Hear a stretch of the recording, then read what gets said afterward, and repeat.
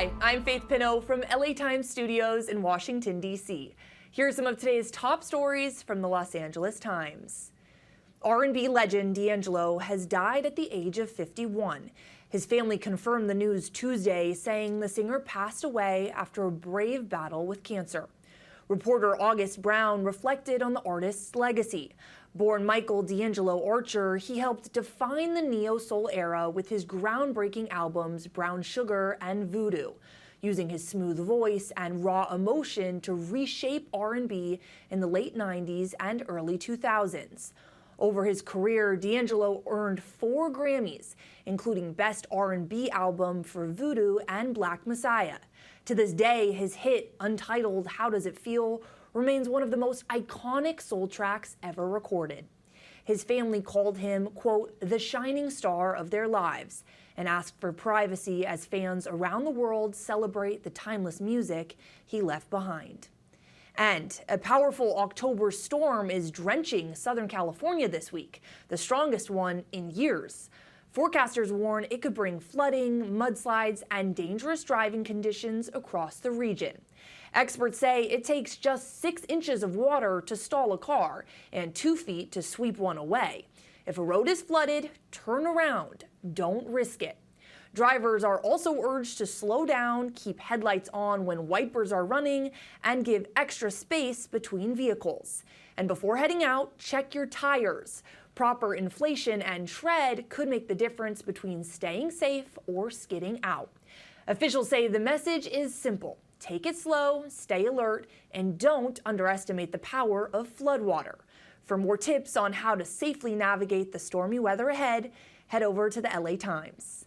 And the federal government shutdown is now entering its 3rd week, and President Trump is using it to reshape the federal workforce in unprecedented ways. Budget Director Russ Vought, a key figure behind Trump's Project 2025 agenda, is deciding which employees get paid and which get cut. Authority critics are calling illegal. According to reporters, already more than 4,000 workers have received termination notices.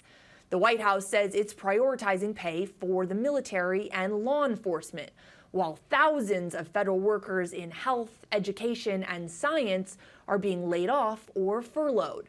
House Speaker Mike Johnson is backing the president's moves, while Democrats accuse the administration of weaponizing the shutdown, promising legal action in response. With Congress deadlocked and no funding deal in sight, the standoff could become one of the longest government shutdowns in U.S. history. And California's top elections official is setting the record straight after viral mail-in ballot conspiracies.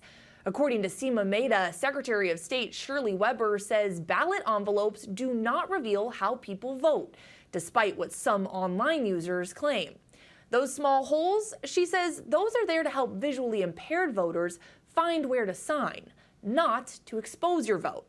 The rumors, fueled by far-right accounts and even Senator Ted Cruz, claim election officials can see when people vote no on Proposition 50, which is the controversial redistricting measure at the center of November's special election. Weber says that's nonsense, and that voters can easily position their ballots so nothing shows through, or they can vote in person if they're still concerned. Even California Republican leaders are telling voters not to fall for everything they see online, warning that misinformation could keep people from casting their ballots. So far, nearly 600,000 Californians have already voted, with 3 weeks still left until Election Day. And Governor Gavin Newsom signed a new law Monday, providing faster relief to folks who lose their homes to wildfires. According to Lawrence Darmiento, the law doubles the upfront payout victims can receive from insurance companies.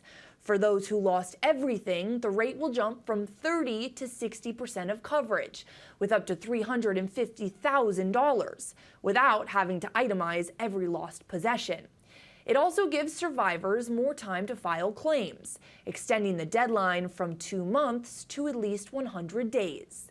The bill was authored by Senator Ben Allen and backed by Insurance Commissioner Ricardo Lara, and comes after the devastating Palisades fire exposed major flaws in the claims process. Newsom also approved funding for the nation's first public wildfire catastrophe model, designed to make insurance rates more transparent as climate change drives bigger, more frequent fires. The new laws, like the ones before, applies to situations where a state emergency has been declared, with both set to take effect in January. That's it for now. To read these stories and more, be sure to subscribe to the LA Times.